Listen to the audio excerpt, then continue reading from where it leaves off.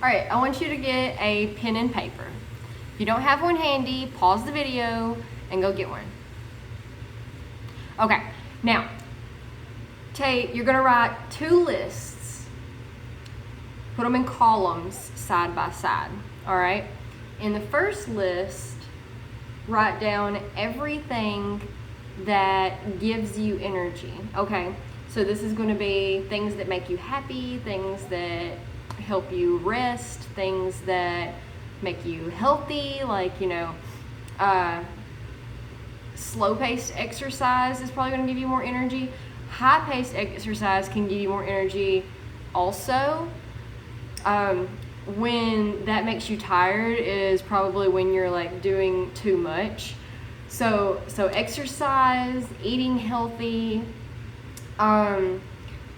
meditation, resting, naps, hobbies, things that make you happy, all the stuff that's good, all right? Now, in the other list, pause the video and finish that list if you're not done with that, because I'm just gonna go on over here since I'm not actually writing anything, Anyway, in the other list, write down everything that drains you of energy, okay? This is things that you hate doing, things that you have to force yourself to do, things that you're not good at and it takes you forever to do, okay? So things that drain you of energy. If you need a few minutes of that, pause the video. Okay, so now that we have our 2 lists, what you want to do is set the list of things that give you energy to the side, or if they're on the same piece of paper, just ignore it for a second. Look at the other list, the things that drain you of energy, and is there anything on that list that you can delegate to other people? Is there anything on that list that you can get rid of entirely? Is there anything on that list that isn't absolutely necessary? If it's absolutely necessary and you can't delegate it to anybody else, and remember, we want to remember the difference between can't and won't. All right? So if you can't or won't delegate it to somebody else and can't get rid of it, can you minimize it? Or can you set aside a specific time limit for it? So you're only doing it X amount of time a day. Or you're only doing it at the beginning of your day and getting it over with. Or, So, because we don't want to spend our time using up our energy if we're not replenishing it, okay? So the list of things that give you energy, I want you to get to your scheduler and that I gave you. It's in your workbook.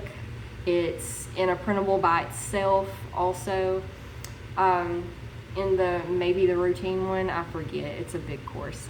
But get to your scheduler and take your list of things that give you energy and put them in there every day. Okay? Every day, make sure that you're making time for all of these things that give you energy.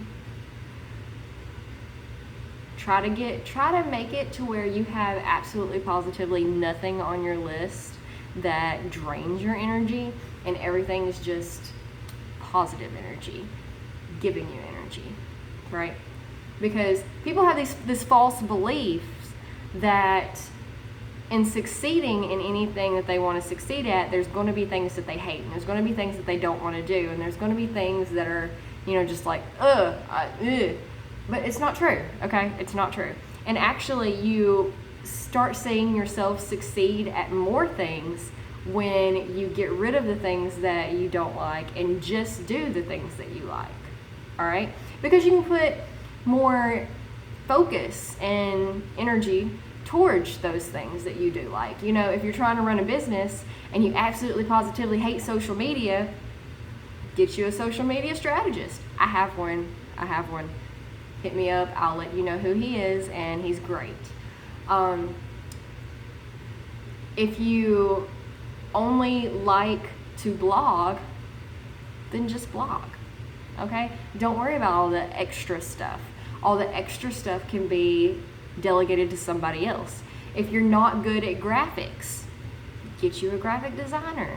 Okay? There are people out there who would love to do your things for you. They would love to do your graphic designing for you, and your blog posting and your Twitter posting, and they would love to do these things for you because that's what they love to do and that's what they're good at. So if you can only focus on the things that you love and the things that you're good at, then not only are you propelling yourself forward because you can pour more focus and energy into these things and make them even more epic and awesome than they already are, but you're helping other folks propel themselves forward too, right?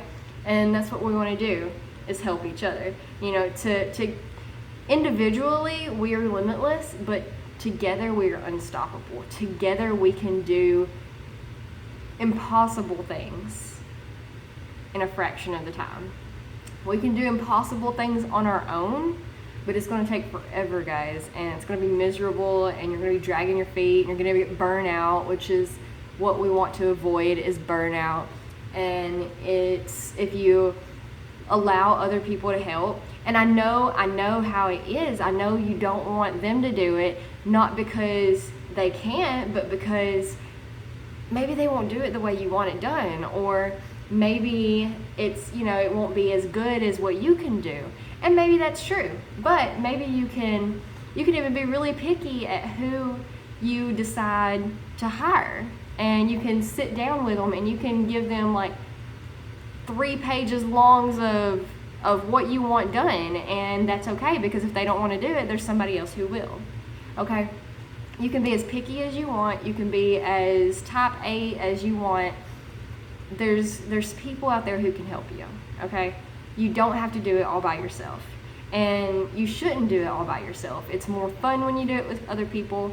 It's better when you do it with other people, because you can do what you're good at and they can do what they're good at, and that way you don't have to mess with the things that you don't like and the things that you're not good at, and everybody wins, and everybody accomplishes their goals more quickly and more successfully, and it's just happy.